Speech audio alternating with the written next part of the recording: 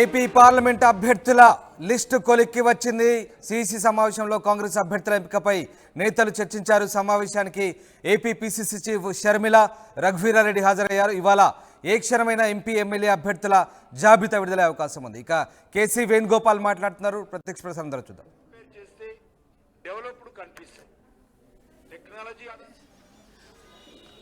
Political weapon for BJP and Narendra Modi government.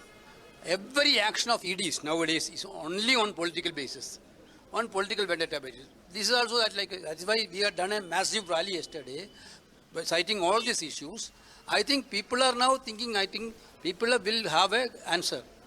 So one last question. BJP is alleging that it was the Indira Gandhi who had given the land of Kachchh. These are same diversionary tactics. Diversionary tactics.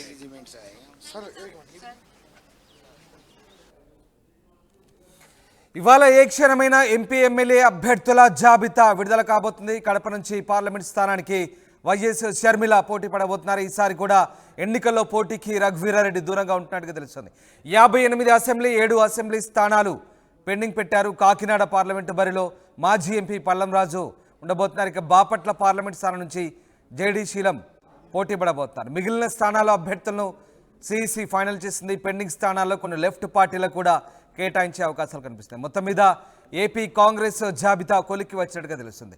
Ramakrishna Jain అవుతున్నారు. Ramakrishna, AP Congress సంబంధించి అటు parliament assembly స్థానాలకు సంబంధించి ఎలాంటి చర్చ సాగింది? ఎప్పుడు దీనికి సంబంధించిన అనౌన్స్మెంట్ ఉండబోతుంది? అయితే కాంగ్రెస్ పార్టీ ఈ కేంద్ర ఎన్నికల కమిటీ సమావేశం ముగిసింది. ఆంధ్రప్రదేశ్ కి సంబంధించి దాదాపుగా 130 అసెంబ్లీ స్థానాలు, 17 ఎంపీ స్థానాలకు అభ్యర్థులను ఖరారు చేశారు. మరి గుంటూరు, తిరుపతి, గుంటూరు, విజయవాడ, అమలాపురం స్థానాలకు పెండింగ్ పెట్టారు. కర్నూలు, నంద్యాల, అనంతపురం స్థానాలు కూడా పెండింగ్ పెట్టారు.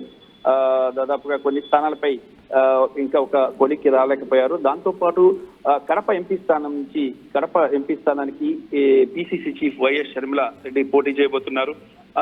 మరి అలాగే ఎన్నికల్లో ఈసారి రఘువీరారెడ్డి, సిడబ్ల్యూసి సభ్యుడు రఘువీరారెడ్డి పోటీకి దూరంగా ఉండబోతున్నారు.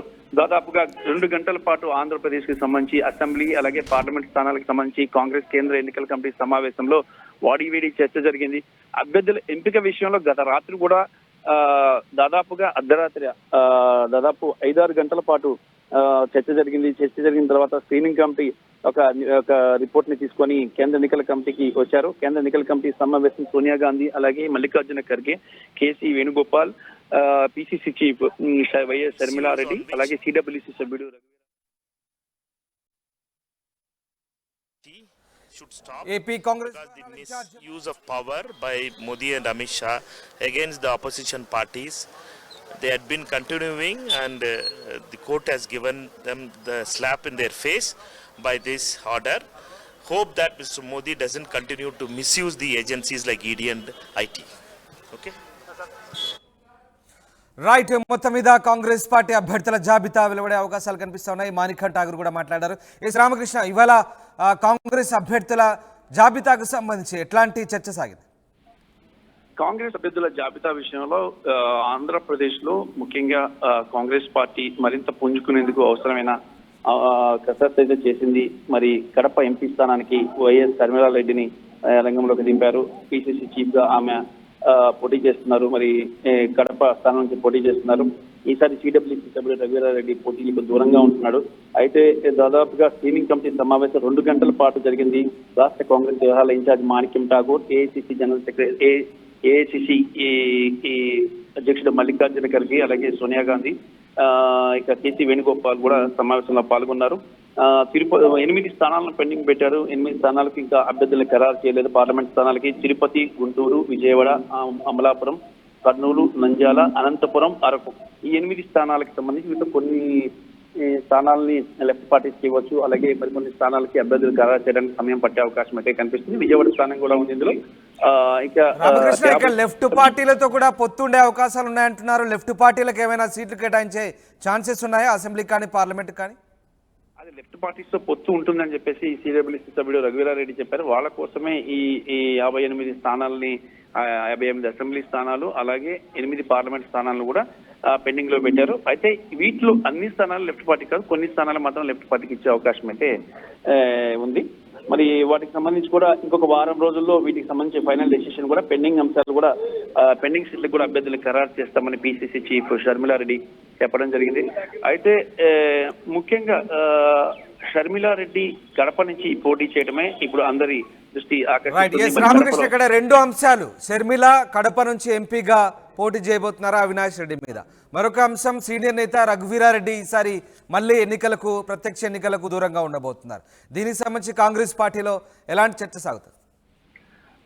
అంటే ఈ కడపకి సంబంధించి ఇప్పటిదాకా మనం చూసుకున్నట్టుగైతే వైఎస్ వివేకానంద రెడ్డి హత్య నేపథ్యంలో అవినాష్ రెడ్డి వికలరోతుగా కూరుకుపోయారు. మరి ఈ నేపథ్యంలో ఆయనకి స్థానం కేటాయించడం కొంత వివాదాస్పదమైనప్పటికీ వైసీపీలో ఆ స్థానానికి ఈ అవినాష్ రెడ్డిని రంగంలోకి దింపుతున్నారు వైసీపీ పార్టీ నుంచి. మరి ఈ నేపథ్యంలో షర్మిల ఈ కడప ఎంపీ స్థానానికి పోటీ చేయడంతో కొంత రసవత్తరంగా మారింది. మరి ఈ తెలుగుదేశం పార్టీ నుంచి కూడా ఈ వైఎస్ కుటుంబానికి చెందిన వ్యక్తులే పోటీ చేస్తారనేది తెలుస్తుంది. వైఎస్ సునీతారెడ్డి కడప స్థానానికి పోటీ చేస్తారని కూడా తెలుస్తుంది. మరి ఈ రకంగా ట్రయాంగిల్ పోటీ ఎక్కడ ఉంటుంది, ఎందుకంటే తన తండ్రిని చంపేశారు అనే సానుభూతి ద్వారా కొంత ఓటుని చీల్చాలని ఆమె అనుకుంటుంది. మరోవైపు షర్మిలారెడ్డి కాంగ్రెస్ పార్టీ నుంచి.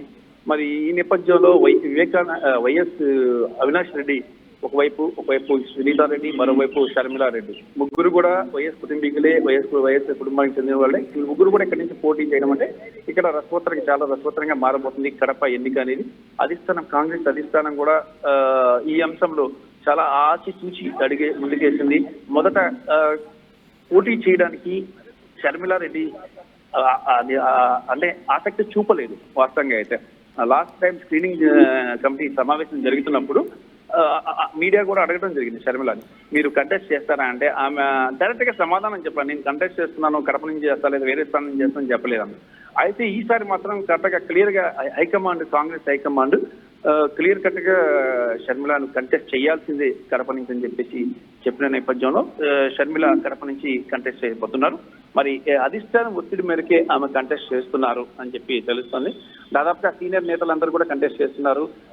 కాకినాడ నుంచి ఎంఎం పల్లం రాజు కంటెస్ట్ చేస్తున్నారు, తిరుపతి నుంచి చింతామోహన్ కంటెస్ట్ చేస్తారు. మరి ఆయన సీట్ అయితే ప్రస్తుతానికి పెండింగ్ లో పెట్టారు. అక్కడ అభ్యర్థిని ఆయనకి ఇవ్వాలా లేకపోతే ఆయన కుటుంబంలో ఇంకొకరికైనా ఇవ్వాలా అనే అంశం మీద కొంత తర్జన నేపథ్యంలో అక్కడ పెట్టడం జరిగింది. విశాఖపట్నం నుంచి సత్యారెడ్డి ఒక ఫిలిం ప్రొడ్యూసర్ అయిన ఆయన్ని ఈ రంగంలోకి దించారు. అలాగే ఈ దాదాపుగా కూడా అన్ని స్థానాలకు అంటే దాదాపుగా 17 స్థానాలకు ఎంపీ అభ్యర్థుల్ని ఖరారు చేసింది కాంగ్రెస్ పార్టీ. ఈ రోజు సాయంత్రం లోపు ఈ ఎంపీ అభ్యర్థులకు సంబంధించి జాబితా వెలువడే అవకాశం అయితే కనిపిస్తుంది. రామ్దాస్.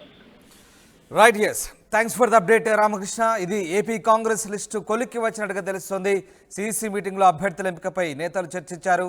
ఈ సమావేశానికి పిసిసి చీఫ్ షర్మిల, సీనియర్ నేత రఘువీర హాజరయ్యారు.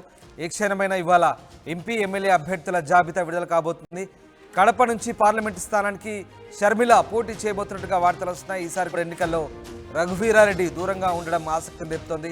58 అసెంబ్లీ 7 పార్లమెంట్ స్థానాలు పెండింగ్లో పెడుతున్నట్టుగా తెలుస్తుంది. కాకినాడ పార్లమెంటు బరిలో మాజీ కేంద్ర మంత్రి పల్లం రాజు, బాపట్ల నుంచి జేడీ శీలం పోటీ చేస్తున్నట్టుగా సమాచారం. ఇక మిగిలిన స్థానాల్లో అభ్యర్థులను ఫైనల్ చేసింది సిఇసి. పెండింగ్ స్థానాలపై కొన్ని లెఫ్ట్ పార్టీలకు కేటాయించే అవకాశం ఉన్నట్లుగా కూడా వార్తలు వస్తున్నాయి. ప్రస్తుతానికి ఇవాళ కసరత్తు చేసిన స్థానాలకు సంబంధించి ఇవాళ లిస్టు విడుదలయ్యే అవకాశాలు కనిపిస్తూ ఉన్నాయి సాయంత్రానికి. అటు తెలంగాణతో పాటు ఏపీ అంశానికి సంబంధించి కూడా సిఇసి భేటీలో చర్చించినట్టుగా తెలుస్తోంది. షర్మిల ఢిల్లీలోనే ఉన్నారు. మరికొద్దిసేపట్లో ఆమె మీడియాతో మాట్లాడే అవకాశాలు కూడా లేకపోలేదు. స్థానాల ప్రకటన ఇవాళ సాయంత్రం ఉండే అవకాశం అయితే ఉంది.